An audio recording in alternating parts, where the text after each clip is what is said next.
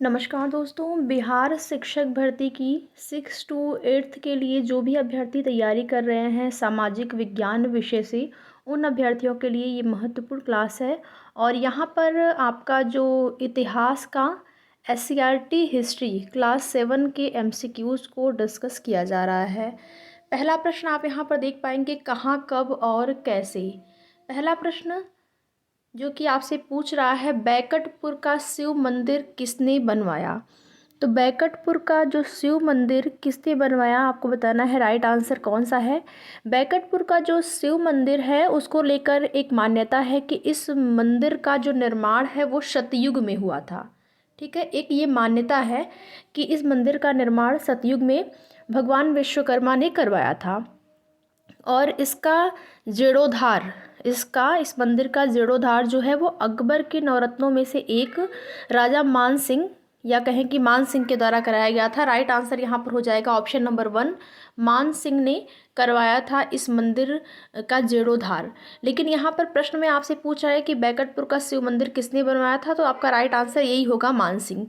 ठीक है, तो ये मान्यता है जो मैंने आप लोगों को बताया कि सतयुग में भगवान विश्वकर्मा ने बनाया था, ये एक मान्यता है। लेकिन अगर प्रश्न आपसे पूछ दिया जाए कि ये मंदिर जो है किसने बनवाया था, बैकटपुर का शिव मंदिर, और शिव मंदिर जो है उसमें शिव की मूर्ति के साथ साथ माता पार्वती भी विराजमान है, यानी कि माता पार्वती की भी जो है मूर्ति है यहाँ पर। तो राइट आंसर यहाँ पर हो जाएगा ऑप्शन नंबर 1।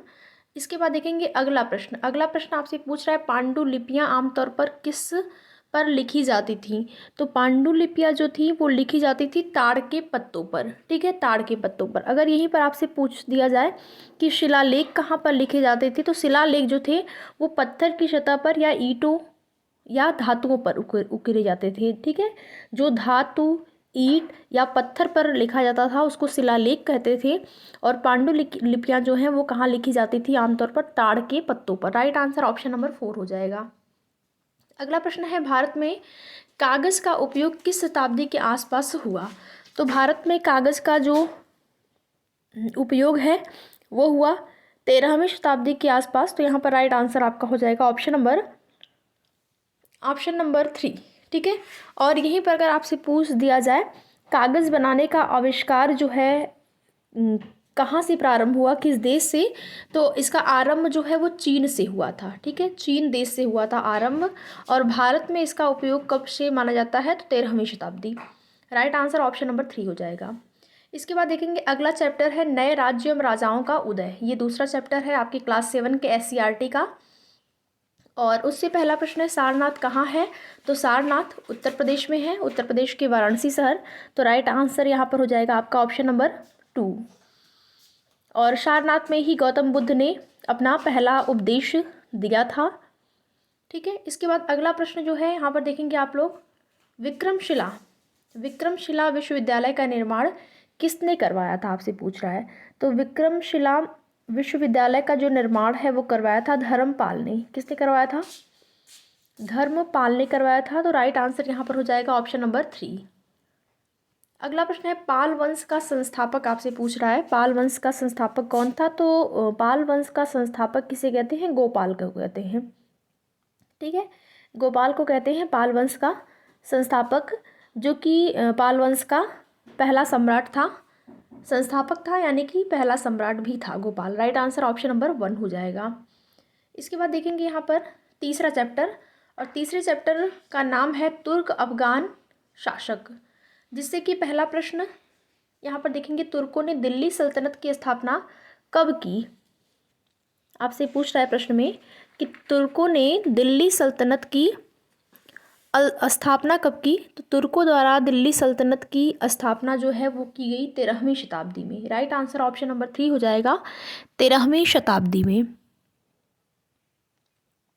और यहाँ पर अगर आपसे पूछ दिया जाए कि जो है कौन सा शासक, किस शासक ने दिल्ली सल्तनत की स्थापना की थी, तो आप बताएंगे कुतुबुद्दीन ऐबक। ठीक है, गुलाम वंश का शासक था कुतुबुद्दीन ऐबक। यहाँ पर राइट आंसर ऑप्शन नंबर 3 हो जाएगा। अगला प्रश्न है, प्रारंभिक तुर्क शासक था, प्रारंभिक यानी कि पहला आपसे पूछ रहा है कि तुर्क शासक कौन था, तो कुतुबुद्दीन ऐबक था। इसी ने कुतुबुद्दीन ऐबक ने ही दिल्ली सल्तनत की स्थापना की थी, जो कि गुलाम वंश से संबंधित था। और कुतुबुद्दीन ऐबक के बाद दिल्ली सल्तनत का संस्थापक कौन बनता है? तो कुतुबुद्दीन ऐबक के बाद बनता है इल्तुतमिश। ठीक है, तो यहाँ पर राइट आंसर 1 हो जाएगा। अगला प्रश्न है, दिल्ली के किस सुल्तान ने नहरों का निर्माण करवाया था? आपको बताना है दिल्ली का के उस सुल्तान का नाम जिसने कि नहर का निर्माण करवाया था। तो दिल्ली सल्तनत का वह सुल्तान जिसने नहर का निर्माण करवाया था वो था Firoz Shah Tughlaq. Right answer option number हो जाएगा 3। ठीक है, तो तीन चैप्टर यहाँ पर समाप्त होते हैं। अब चौथा चैप्टर यहाँ पर देखेंगे आपका है शहर व्यापार एवं कारीगर। ये आपका चौथा चैप्टर है और चौथे चैप्टर से पहला प्रश्न है 1580 में किसने टकसाल की स्थापना की? टकसाल की स्थापना किसने की थी आपको बताना है। तो ये टकसाल की स्थापना की थी अकबर ने। राइट आंसर ऑप्शन नंबर 1 हो जाएगा। यहाँ पर सन भी दिया गया है 1580 में। अगला प्रश्न है, पटना में चावल का बाजार किस नाम से जाना जाता है? पटना में चावल का बाजार किस नाम से जाना जाता है? तो ये जाना जाता है चौहट्टा के नाम से। ठीक है, चौहट्टा के नाम से जाना जाता है। अगर आप किसी ट्रिक से याद रखना चाहें तो चावल च से याद रखिएगा चौहट्टा। ठीक है, क्योंकि कई ऐसे नाम होते हैं जो नए होते हैं और उन नाम को याद करना थोड़ा सा कठिन होता है, याद नहीं होती है चीज़ें, तो आप इस प्रकार से इसको याद कर सकते हैं। चावल से चौहट्टा जो है, पटना में चावल का बाजार चौहट्टा के नाम से जाना जाता है। राइट आंसर ऑप्शन नंबर 2 हो जाएगा। अगला प्रश्न है, निम्न में कौन एक तीर्थ स्थल है? दिल्ली, गोवा, पटना, तिरुपति में आपको बताना है कौन सा एक तीर्थ स्थल है। तो तिरुपति बालाजी आप सभी सुने होंगे, ये जो है एक तीर्थ स्थल के अंतर्गत आता है। ठीक है, राइट आंसर ऑप्शन नंबर 4 हो जाएगा, तिरुपति। और तिरुपति वेंकटेश्वर मंदिर एक हिंदू मंदिर है, आपको ये भी जानना ज़रूरी है, और जो कि कहाँ पर है? आंध्र प्रदेश में। ठीक है, आंध्र प्रदेश में है। और यह मंदिर विष्णु के एक रूप वेंकटेश्वर को समर्पित है। विष्णु भगवान के एक रूप जो कि वेंकटेश्वर नाम से हैं उनको समर्पित है। तिरुपति तीर्थस्थल। राइट आंसर ऑप्शन नंबर 4 हो जाएगा। कहाँ पर है? तो आंध्र प्रदेश में। इसके बाद देखेंगे अगला चैप्टर है 5वें नंबर का, और चैप्टर का नाम है सामाजिक सांस्कृतिक विकास। इससे पहला प्रश्न है, शिव की उपासना करने वाले संतों को कहा जाता था? शिव की उपासना करने वाले जो संत थे उनको कहा जाता था नयनार। ठीक है, क्या कहा जाता था? तो शिव की उपासना करने वाले संतों को नयनार कहा जाता था। और यहीं पर अगर आपसे पूछ दिया जाए कि विष्णु की उपासना करने वाले को क्या कहा जाता था, तो जो विष्णु की उपासना करने वाले संत थे उनको अलवार कहा जाता था। ठीक है, विष्णु की उपासना को अलवार और शिव की उपासना करने वाले संतों को नयनार के नाम से जाना जाता था। तो राइट आंसर ऑप्शन नंबर 1 हो जाएगा। अगला प्रश्न है, शंकराचार्य का जन्म कहाँ हुआ था? आपको बताना है। यहाँ पर शंकराचार्य का जो जन्म है वो हुआ था केरल में। केरल में हुआ था शंकराचार्य का जन्म। तो राइट आंसर यहाँ पर हो जाएगा आपका option number 2। Option number 2 right answer. अगला प्रश्न है, शंकराचार्य ने कितने मठ स्थापित किए? शंकराचार्य ने कितने मठ स्थापित किए थे? तो शंकराचार्य जी के द्वारा 4 मठों की स्थापना की गई थी। ठीक है, 4 मठ की स्थापना इन्होंने किया था। अगर मठ का नाम आपसे पूछ दे तब आपके चारों मठ भी, उसका नाम भी आपके लिए जानना ज़रूरी है। एक आपका है जोशी मठ। ठीक है, एक है जोशी मठ और द्वारका जो कि गुजरात में है, पुरी जो कि उड़ीसा में है, और श्रृंगेरी जो कि कर्नाटक में है। ठीक है, ये 4 मठ हैं। एक जोशी मठ जिसे बद्रीनाथ के नाम से जाना जाता है उत्तराखंड में, द्वारका गुजरात में, पुरी उड़ीसा में, श्रृंगेरी कर्नाटक में। तो राइट आंसर इस प्रश्न का ऑप्शन नंबर 4 हो जाएगा। शंकराचार्य ने इन 4 मठों की स्थापना की थी। अगला चैप्टर है चैप्टर नंबर 6। क्या है?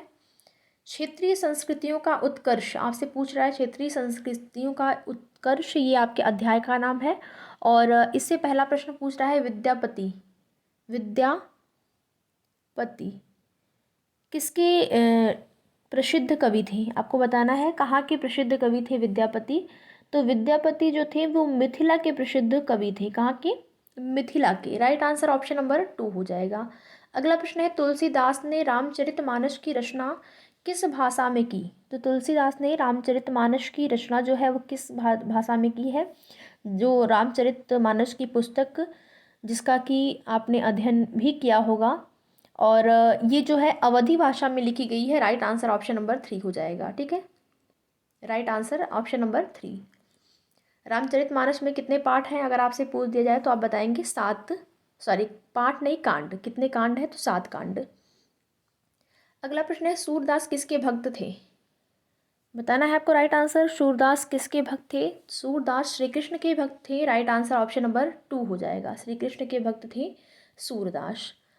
अगला चैप्टर और देखेंगे, ये जो आपका हिस्ट्री SCRT क्लास 7 का ये लास्ट चैप्टर है। सर यदुनाथ सरकार थे, आपको बताना है ये क्या थे? डॉक्टर, शिक्षक, इंजीनियर या फिर इतिहासकार?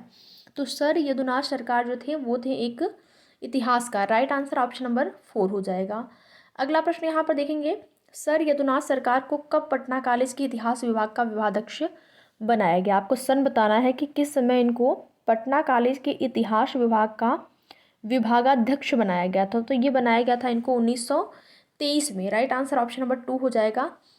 अगला प्रश्न है, प्रोफेसर सैयद हसन अस्करी की इनका जन्म पूछा है कि कहाँ हुआ था? छपरा, सिवान, गया या फिर नालंदा?